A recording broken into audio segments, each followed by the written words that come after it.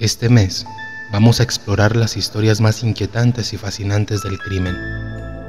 Hoy nos adentramos en la vida de Ed Kemper, conocido como el asesino de colegialas. Kemper es un enigma. Un hombre con inteligencia excepcional y un carisma desconcertante, que ocultó una oscura y brutal naturaleza detrás de una fachada encantadora. Desde su infancia, marcada por el abuso y la soledad, hasta convertirse en uno de los asesinos en serie más notorios de Estados Unidos. Su historia es un viaje que desafía nuestra comprensión del mal.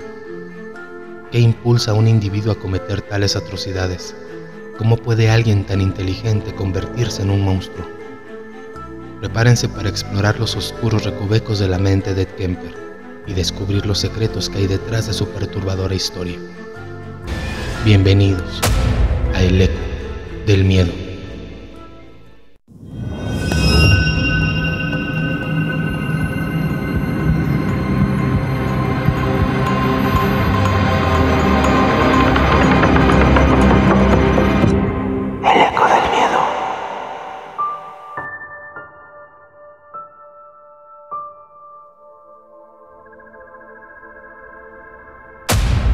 Ed Kemper, el asesino de colegialas.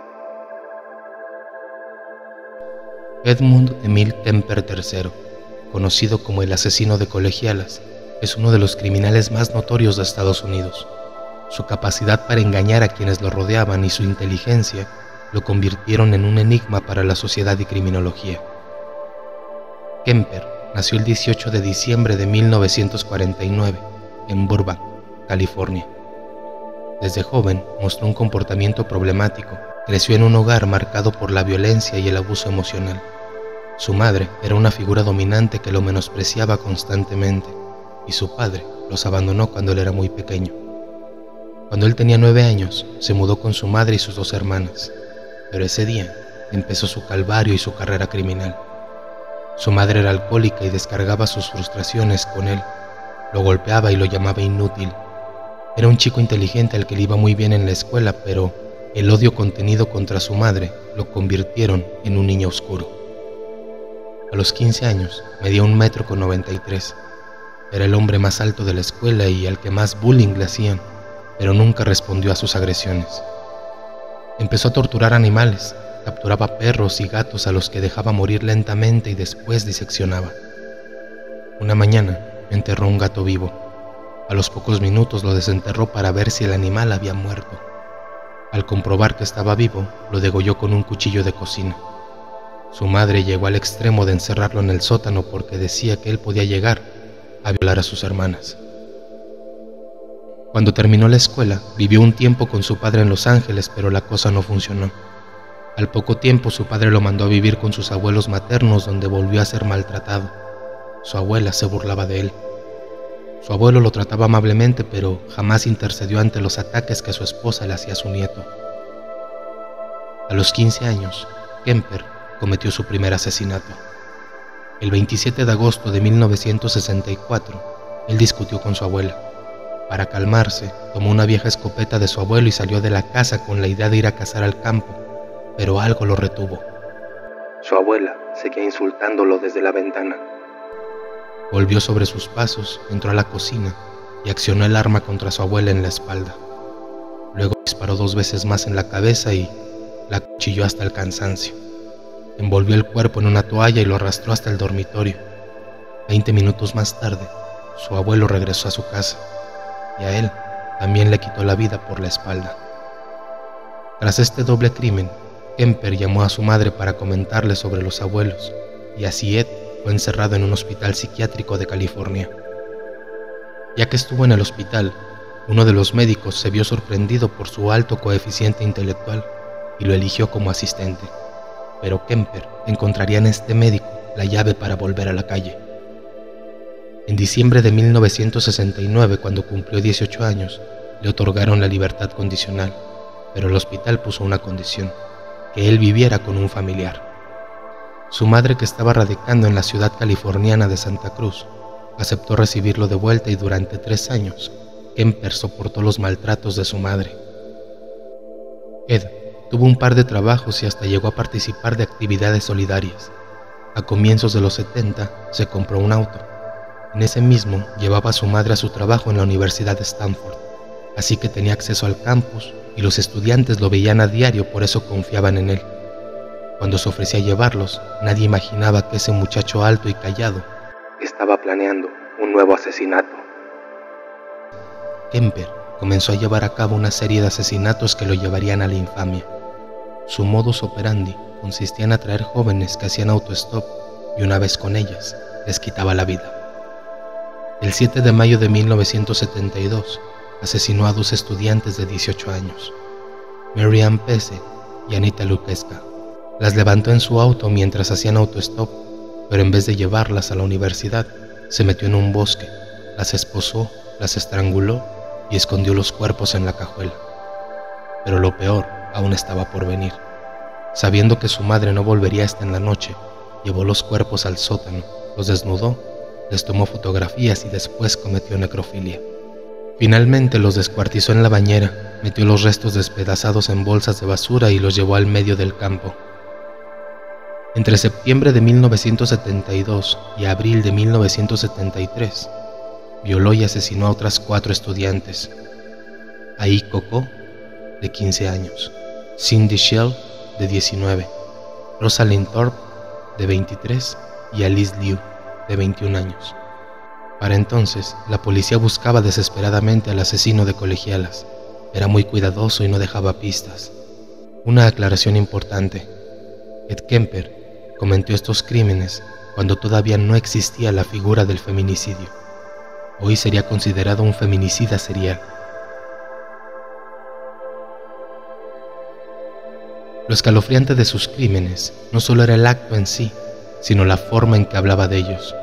Durante las entrevistas, Kemper mostraba una extraña mezcla de orgullo y desdén, como si sus crímenes fueran simplemente un experimento. Well, I'm not an expert. I'm not an authority. I'm someone who has been a murderer for almost 20 years. Can you say how many people might be doing crimes like you were doing? It would be a guess, but it's not. It's far more than 35. It isn't that impossible in this society. It happens. Are there more people? They didn't give up. How many? She didn't give up. I did. I came in out of the cold. And what I'm saying is there are some people who prefer it in the cold. Good people see. A nice guy. My mother was a sick, angry, hungry, and very sad woman. I hated her, but I wanted to love my mother. And I watched the alcohol increase. I watched her social life drop off. I watched her get bizarre. She had terrible pain from her life, earlier life, her upbringing, a failed marriage with my father. I'm a constant reminder of that failure. El 20 de abril de 1973, su madre llegó tarde de una fiesta, borracha. Caminaba por la casa chocando con los muebles. Kemper fue a la cocina, agarró un cuchillo y un martillo y se dirigió al cuarto de su madre. Le quitó la vida a martillazos y luego la descuartizó. Tomó la cabeza por los cabellos y le practicó sexo oral. Luego, acomodó el cráneo sobre un mueble y le arrojó dardos durante 1 hora. Esa noche, Kemper decidió entregarse a la policía. La historia de su arresto es tan perturbadora como sus crímenes. A medianoche, tras esconder la cabeza y el cuerpo de su madre en un armario, Kemper salió de su casa. En la calle se encontró con Sally Hallett, la mejor amiga de su madre.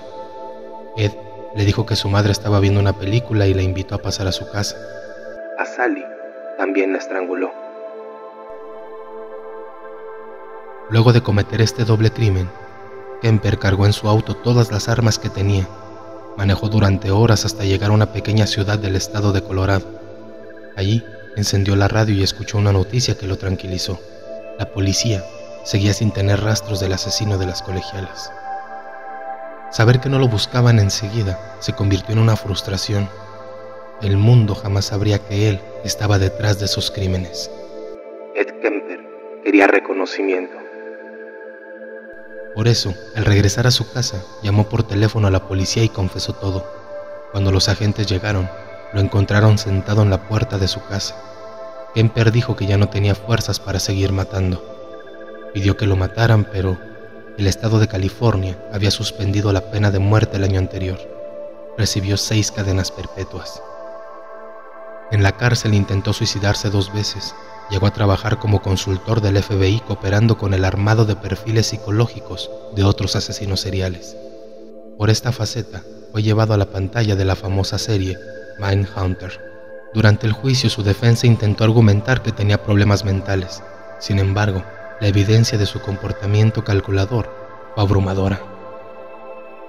La historia de Ed Kemper plantea preguntas inquietantes sobre la naturaleza del mal.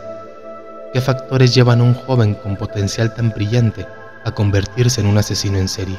Su vida es un recordatorio de que, a veces, el mal puede ocultarse detrás de una fachada amable. Kemper siempre puso el foco en su madre. A ella se le señala sin tener demasiado en cuenta su alcoholismo, y de su padre se sabe poco o casi nada. Él se desentendió de la crianza de su hijo y nunca fue apuntado como el responsable del comportamiento criminal de Ed. En total, fueron 10 las víctimas de Ed Kemper. Mató a su madre, a la mejor amiga de ella, a sus abuelos maternos y a 6 colegialas. Fue declarado culpable y condenado a 6 cadenas perpetuas. Hoy, a sus 74 años, Kemper sigue cumpliendo cadena perpetua y su caso continúa fascinando a criminólogos y psicólogos. Su historia nos invita a mirar más allá de lo superficial y a explorar la complejidad de la mente humana. Gracias por acompañarnos a este oscuro episodio. No olviden suscribirse a El Eco del Miedo Podcast y compartir sus pensamientos sobre Ed Kemper en nuestras redes sociales.